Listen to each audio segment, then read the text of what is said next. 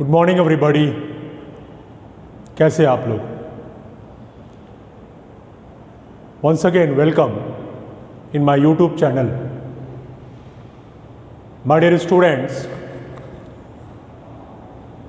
myself Shuprasad sir from Shubhraj Singh Children Academy. Dear students, today, that is on 1st September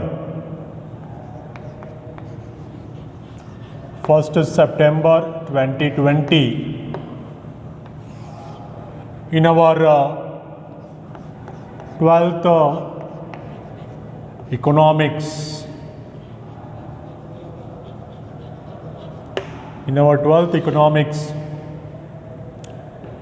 as you know very well that we are about to finish our chapter determinants of aggregates. Dear students, it was a very lengthy chapter which was started, and my dear students, we are about to complete this chapter, that is aggregate demand, or we can say that aggregate supply and related concepts. Dear students, in the last lecture we had covered consumption function as well as we had finished the diagrammatic presentation of the consumption function. So far as we have completed average propensity to consume, and today in this lecture we are going to study the saving function.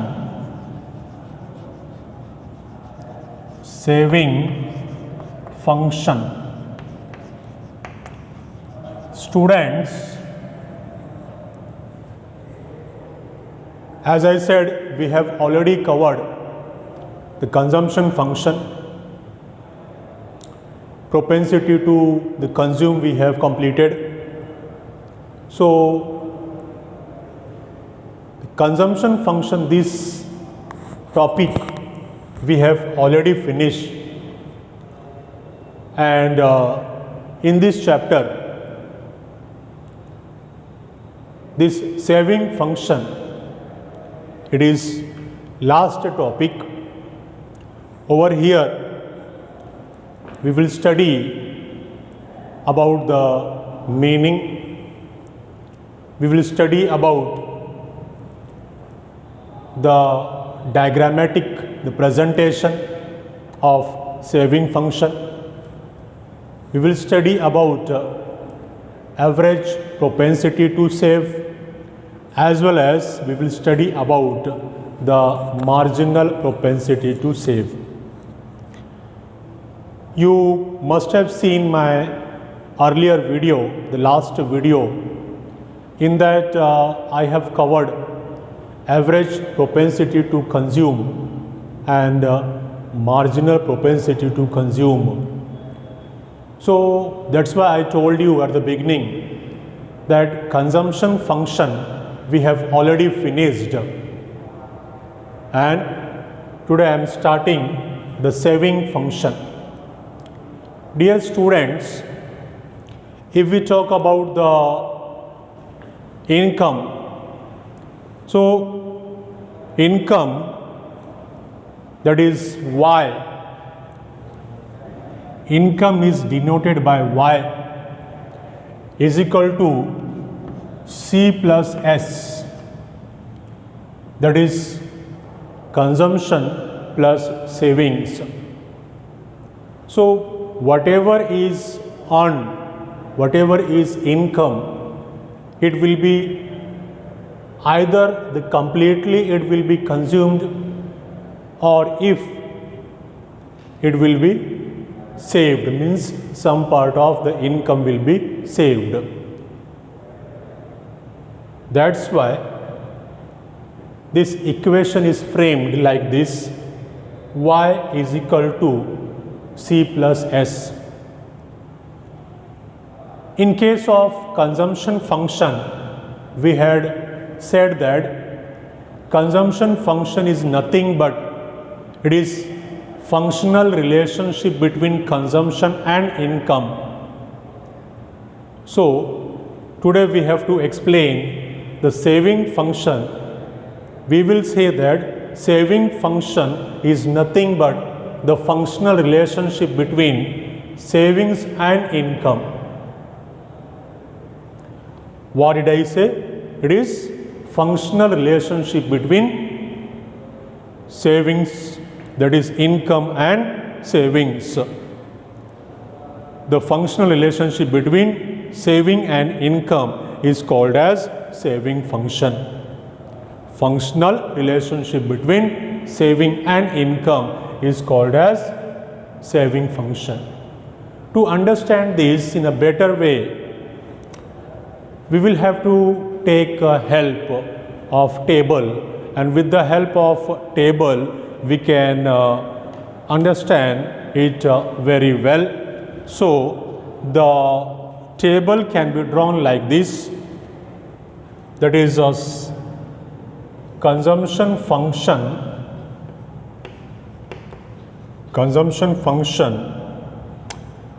We can draw two tables.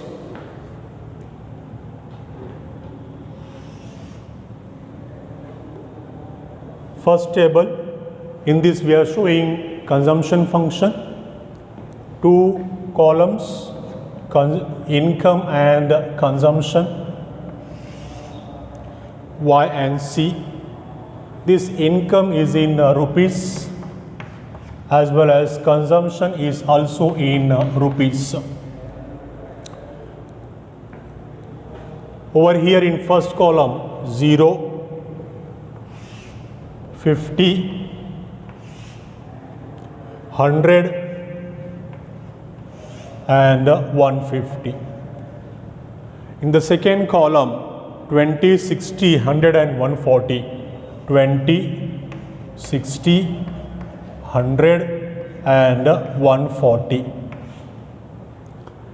My dear students, about this consumption function we had already studied, but from this we have to learn the saving function. How? First you understand this one. When the income is 0, the consumption is 20.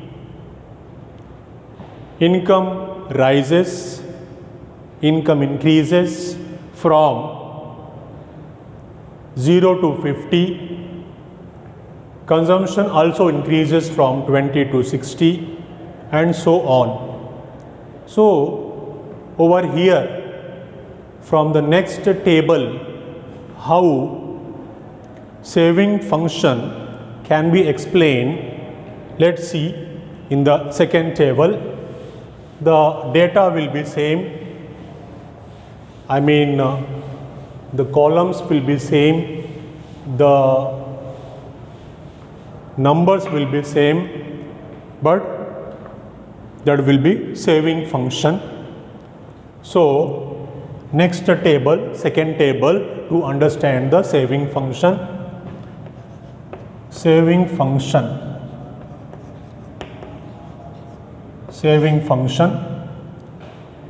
The columns are same which I had drawn earlier.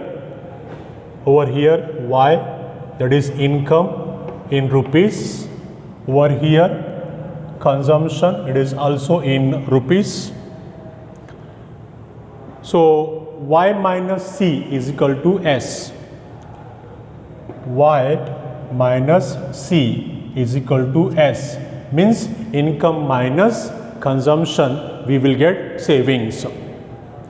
Over here 0, at the time income was 20, so 0 minus 20, the income will be, that is savings will be minus 20. Then 50, then 100, then 150. So 50 minus 60, the consumption, your savings will be minus 10. 100 minus 100, 100 minus 100, savings will be 0. 150 minus 140, 150 minus 140, then savings will be plus 10. Dear students, it is same table which I had drawn earlier. To show you, I am once again writing over here. It was like this: income and consumption. Over here 0, 50, 100 and 150, then 20, 60, 100 and 140.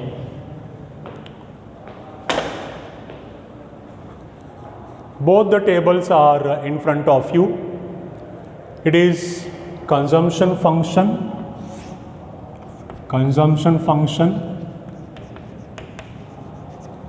and it is saving function.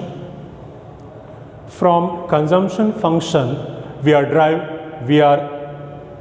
deriving the saving function. How? Because saving is equal to y minus c. S is equal to y minus c. So that can be seen over here also. Income is 0, consumption is 20. So 0 minus 20, savings minus 20. Income rises from 0 to 50. So consumption is 60. Over here 50 minus 60, savings is minus 20. You look at both the tables. Income rises from 50 to 100, same 50 to 100. Consumption rises from 60 to 100. So this one 50 minus 60, the saving is minus 10. Income rises from 50 to 100.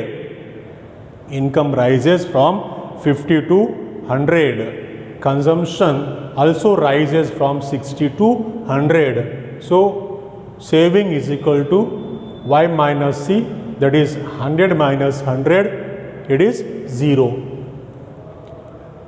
Income rises from 100 to 150, consumption rises from 100 to 140, so 150 minus 140, that is plus 10. Both the tables are in front of you. This table I has drawn earlier to show you the consumption function. This I drawn later to show you the saving function.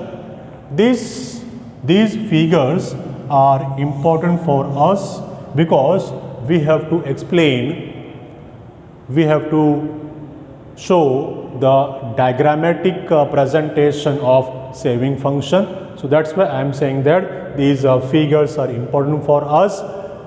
This we are going to present on the diagram, that is how saving function will be seen in diagram. Let's see that.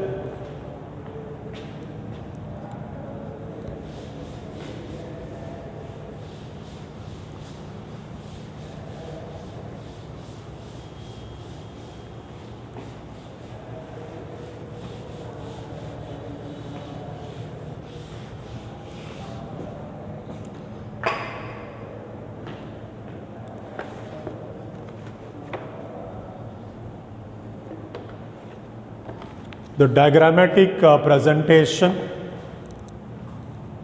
of saving function. These are the axes, OY axis and OX axis.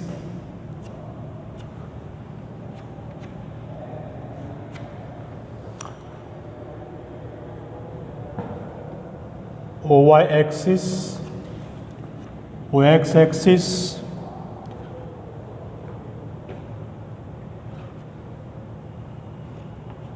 $20, $40, $60, $80,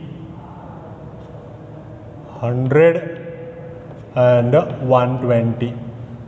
Minus figures also we have to show. So we have taken over here minus 20.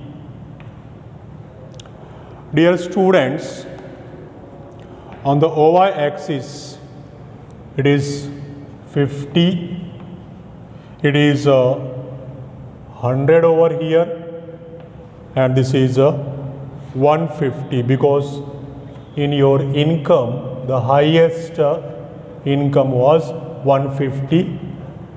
If you recall the table, in table 0 income, then 50, 100 and 150. So on the OY axis we have taken savings,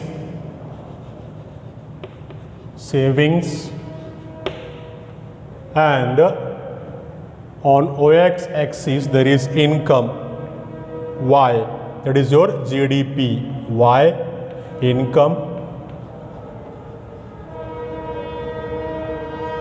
or we can say that GDP,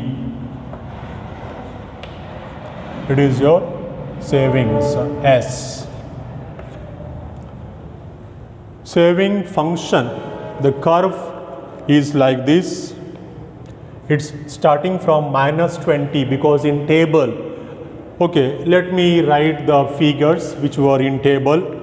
Savings, here was minus 20, it was like this, your data was like this, Y and S 0, then savings was minus 20, then 50, and saving was minus 10, 100, and savings was 0, and 150, it was plus 10, like this. This was the saving function table which we have drawn earlier. It is your data. With the help of this, we are going to draw the saving function. Starting from minus 20, savings, so over here is minus 20, then minus 10, minus 20, minus 10, then 0,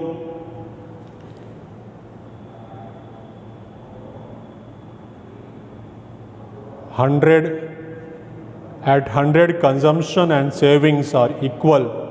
So like this, we can draw our saving function. Saving function is minus 20. Saving function curve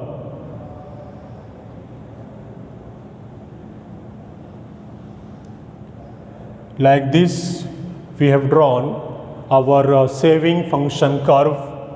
This is SS curve showing saving function. If we have to show over here that when the income was 0, at that time saving was minus 20, so it can be shown over here when the income is 0, at that time the saving is minus 20. When income was 50, somewhere over here, the saving was minus 10, between the 0 and minus 20. So over here it is a diagrammatic presentation of the saving function. It can be seen like this. It can be shown over here. When the income is 50, the saving is minus 10. When income is 0, the saving is minus 20. And when the income is 100, the consumption is 0. When the income is 100, at that time the saving is 0. That's why over here consumption curve, that's why over here income and saving are intersecting each other. So at this point the savings is 0. This one. Dear students, it can be shown further like this. In this 10 and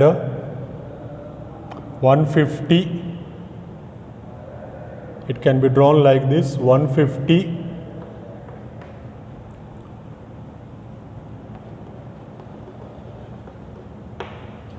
and 50. So minus 10 somewhere over here, minus 10,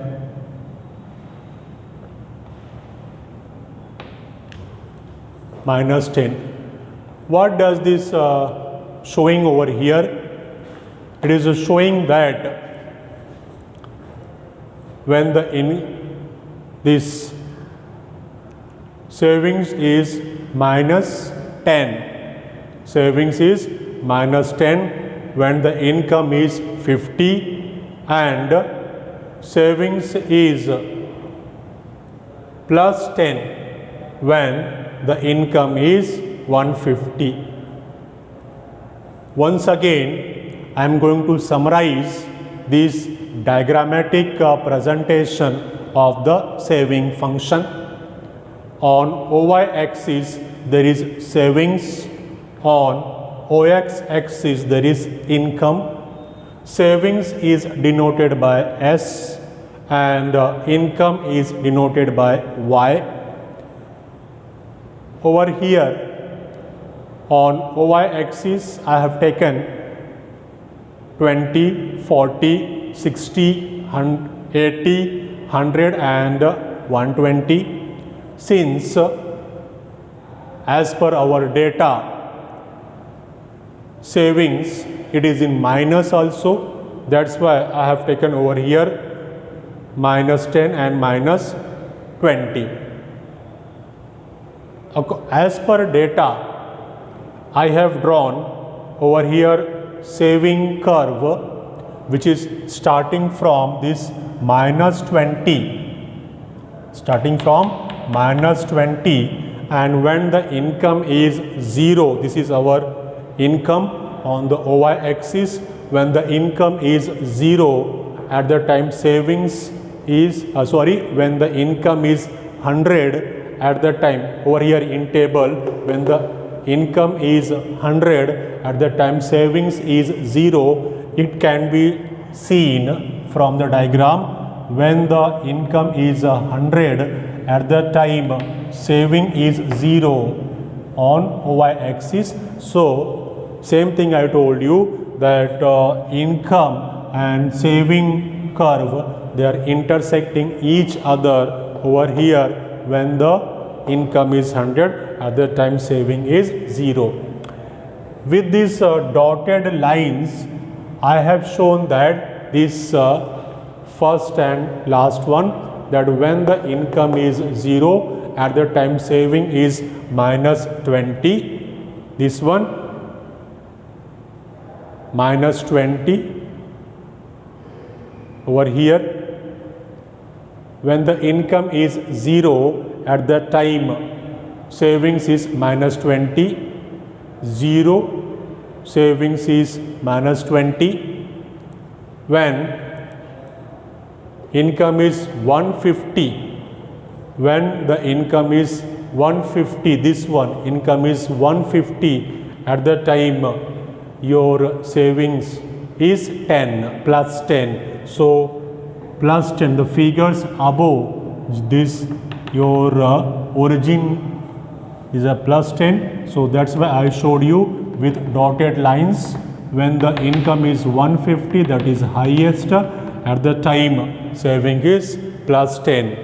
So plus 10 as well as this minus 10. Minus 10 when the income is 50. This one, when the income is 50, at the time saving is minus 10. When the income is 50, the saving is minus 10. This over here minus 10. Minus 10. This also I have shown with the dotted line. When the income is 50, the saving is minus 10. So I think table as well as the diagrammatic presentation of the saving function is clear to all of you. Everybody, no doubt in this. Okay.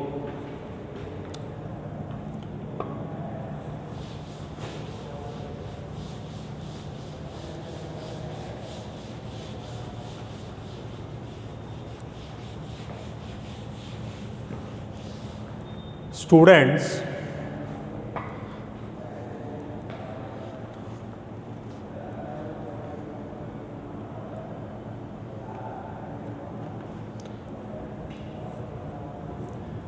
in the next video, we will cover the average propensity to save as well as marginal propensity to save. In this video, we have finished the saving function. In the coming video, we will see the average propensity to save as well as marginal propensity to save. That's all for the day. Thank you very much for kind cooperation.